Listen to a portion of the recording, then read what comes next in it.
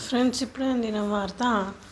3.2 కోట్ల రూపాయలు కాజేసిన అమెజాన్ ఉద్యోగి అంట. మరి ఎందుకు కాజేశాడో ఏంటో చూసిద్దాం ఫ్రెండ్స్. వివరాలకు వెళ్ళే ముందు దయచేసి లైక్ చేసి షేర్ చేసి సబ్స్క్రైబ్ అయితే చేయండి ఫ్రెండ్స్. అయితే సంస్థకు చెందిన 3.2 కోట్ల రూపాయల కాజేసిన అమెజాన్ ఉద్యోగిని అరెస్ట్ చేశారు సైబరాబాద్ ఈడబ్ల్యూ పోలీసులు.